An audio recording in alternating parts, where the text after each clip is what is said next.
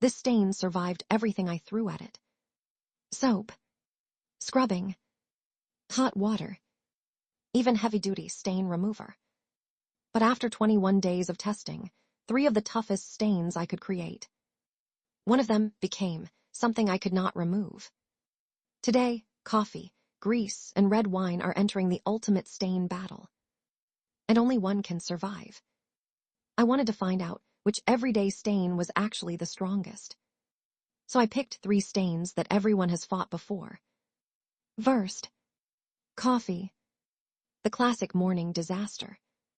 It spreads fast, sinks deep, and seems to appear out of nowhere. Next, grease. The oily enemy that sticks to fabric like it belongs there. And finally, red wine. The stain people warn you about because once it happens, most people think the clothing is already finished. But instead of guessing which one was hardest, I decided to make them compete. I created 3 identical white cotton samples. Same material, same size, same environment. The only difference, the stain. Each sample received the same amount of damage.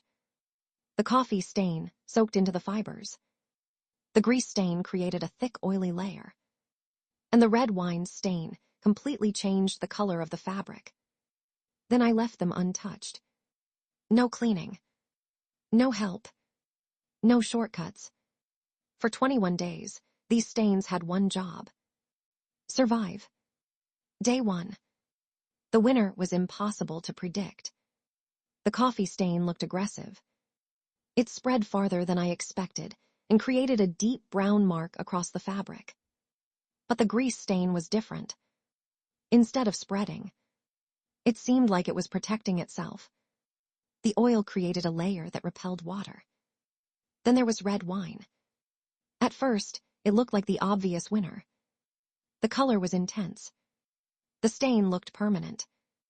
But something unexpected happened. After several days, the red wine started changing. It wasn't disappearing. It was becoming harder to fight. Before we reveal which stain actually won, comment below. Which one do you think is the hardest stain to remove? Coffee, grease, or red wine? Because the final result shocked me. By day 8, the differences became obvious. The coffee stain started losing some of its power. It was still visible, but compared to the others, it looked weaker. Grease was a different story. The stain was stubborn. Every time I cleaned around it, the oily texture remained. It was like the fabric had absorbed it permanently. But the biggest surprise was red wine. Because while coffee faded, and grease stayed trapped, red wine seemed locked into the fibers. It wasn't just sitting on the surface. It had become part of the fabric. Now it was time for the ultimate test. I used the same cleaning process on every sample. First, soap. Then, hot water. Then, heavy-duty stain remover. The coffee stain finally started giving up. The brown color became much lighter. The grease stain fought harder. The oily texture slowly weakened. But it refused to completely disappear. Then I reached the red wine stain. And this is where things got crazy. After all 3 cleaning methods, the stain was still there. Not barely visible. Not almost gone. Still there. After 21 days. The results were clear. 3rd place. Coffee. It was strong at the beginning, but eventually it lost the battle. 2nd place. Grease. It was incredibly stubborn and survived almost everything. But the winner, the stain that refused to leave, was red wine. The red wine stain wasn't just difficult. It became the ultimate survivor. It survived time. It survived cleaning. And it survived every attempt to remove it. But after seeing what these stains could survive indoors, I had one question. What happens if I make the conditions even worse?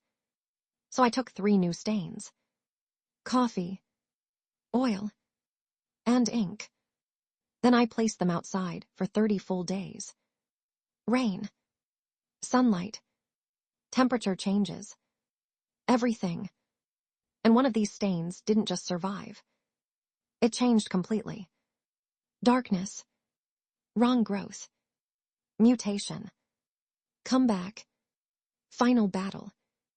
The next experiment is the craziest stain survival test I've ever done. Click the next video. Because I left coffee, oil, and ink stains outside for 30 days, one became unstoppable. And you won't believe what came back.